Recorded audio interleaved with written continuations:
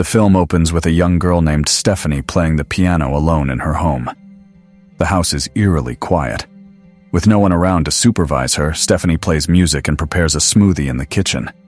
In her carelessness, she accidentally knocks over a glass jar which shatters. A piece of broken glass cuts her foot, causing her to bleed. The injury highlights her isolation. Stephanie is completely alone, and the only companion she has is a stuffed turtle named Frankie. She treats Frankie like a real friend, almost like a person rather than a toy. One night, as she reads a fairy tale book aloud, Stephanie softly admits how much she misses her mother and father. It's unclear what happens to her parents, but she appears to be living by herself in the house.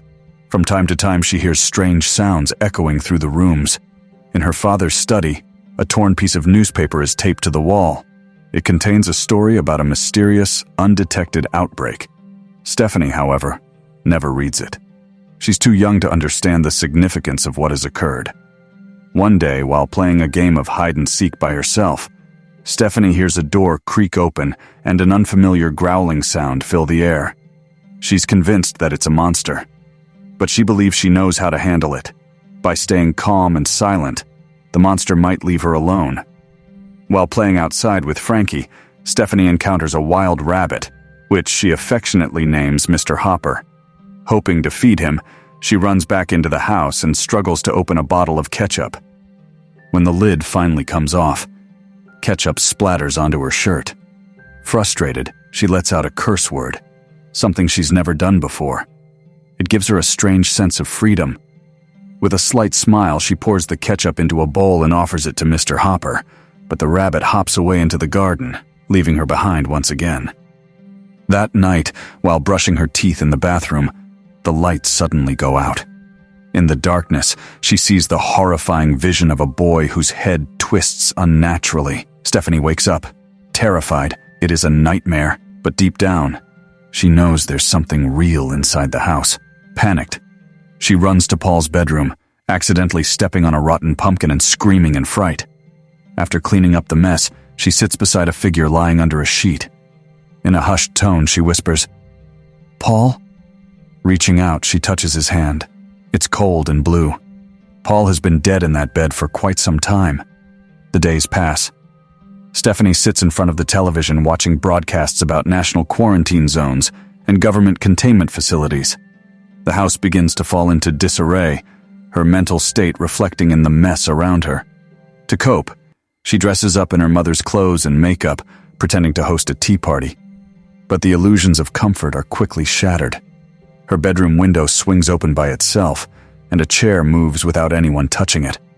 She follows a trail of blood that leads her to the dining table, where she discovers Mr. Hopper wounded and dying. Filled with rage and grief, Stephanie grabs a baseball bat from Paul's room and begins to strike his lifeless body in frustration. When the sheet falls away, revealing Paul's face, she recoils. In the panic, she causes a power outage in the house. Horrified by everything, she hides under her blanket, trembling. The next morning, she cautiously emerges from her room, but Mr. Hopper's body is gone. Despite everything, Stephanie continues to try her best to survive. She eats whatever food is left in the pantry, cleans when she can, and tries to keep the house in order. One evening, she falls asleep on the living room couch. Night falls heavily, thunder rumbles, and the power stays out. When she wakes, it's pitch black. She grabs a flashlight and heads to the basement to retrieve some candles. As she moves past the washing machine, it suddenly rattles and turns on by itself. Terrified, she bolts back upstairs and lights candles in every room. The storm grows stronger. Stephanie falls asleep in the candlelit living room, but is startled awake by the sound of the front door creaking open. She tiptoes down the hallway to investigate. Behind her, a shadowy figure appears, standing silently in a doorway.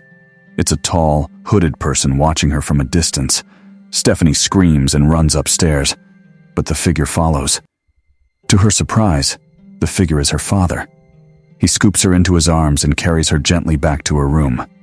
Her mother is also there.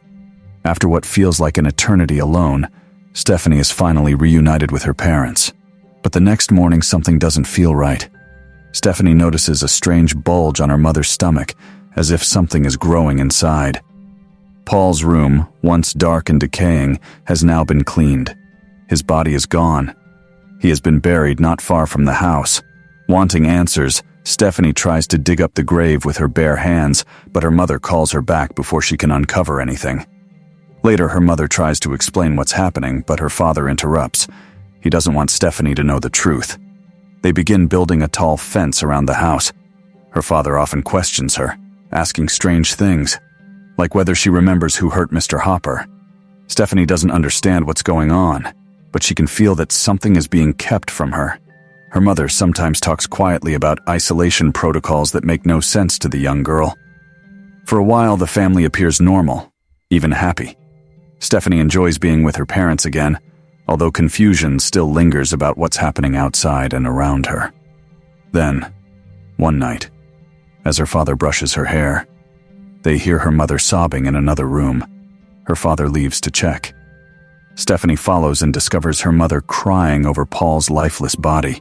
Even though he has already been buried, the window beside the bed has been broken.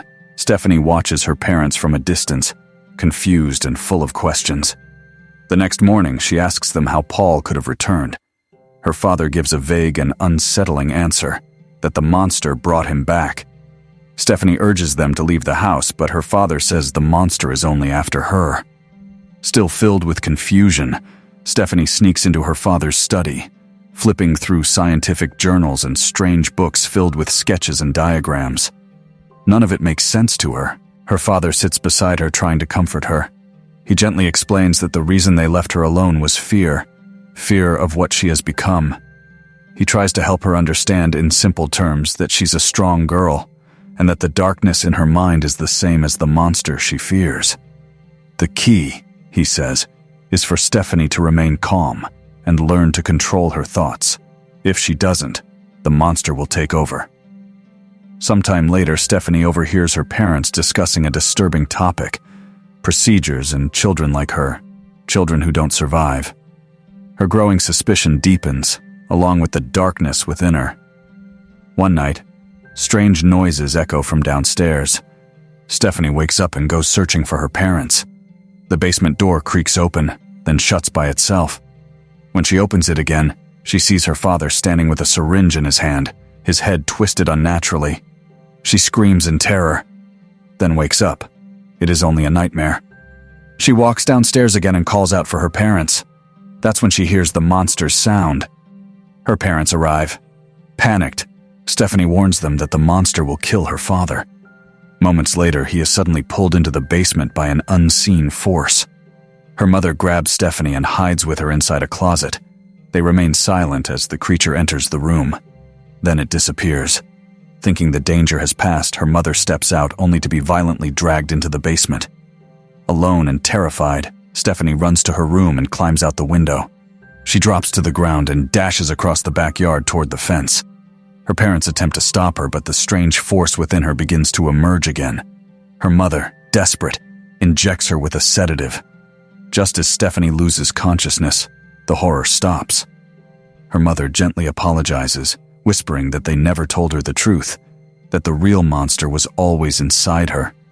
While sedated, Stephanie dreams of her family, a happy life where Paul is still alive. But once awake, her parents begin to explain what really happened. Stephanie's memories are broken and clouded by what she has done. To help her recover, her father begins asking questions to guide her through those memories. Slowly, she begins to remember. Paul's death isn't an accident. It is her doing. It happens on the day they are carving pumpkins. Paul teases her, and Stephanie becomes angry. Without meaning to, she uses her powers. The knife Paul is holding flies into the ceiling. She has also injured her mother, forcing both parents to flee the house. Alone, she snaps Paul's neck in a moment of uncontrollable rage. The house shakes, windows shatter, and it is that event that leads her parents to seek answers through extreme measures. Her father's therapy helps her recall the trauma, but it also awakens something darker inside her. They have no choice but to turn to medical procedures to understand what is truly happening to their daughter. Her mother prepares for surgery to examine Stephanie's brain, but before the operation can begin, Stephanie stops them. The situation spirals out of control. Soon, the government introduces a mandatory euthanasia program for children like her. Though her parents don't want to hurt her, they see no other option. Desperate, they lace her drink with poison, hoping to do it painlessly. Her father takes her for a walk in the garden, trying to explain that something inside her has changed, but that she isn't alone. Other children around the world have experienced the same condition. Meanwhile, the version of Stephanie that still holds on to hope realizes what is happening. The moment she drops the poisoned drink, the darker side of her takes over. At first, Stephanie can suppress it, but as it returns, she loses control. In the end, her father is forced to shoot her. Believing he has killed his own daughter, he returns home devastated and emotionally broken. But Stephanie isn't truly dead. Whatever has taken over her body comes back. Driven by vengeance, the creature inside her uses Stephanie's body to return home. There, it murders her mother and father with terrifying speed. Their bodies are dragged toward the power box, coldly and efficiently. Stephanie, or rather what now lives inside her, walks away from the ruins of her home. She crosses into the neighboring housing complex, her face blank, her movements purposeful. Across the world, other children like Stephanie are beginning to rise, and just like her, they bring destruction. And with that, the film ends.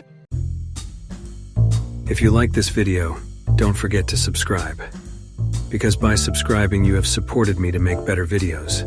See you in the next video.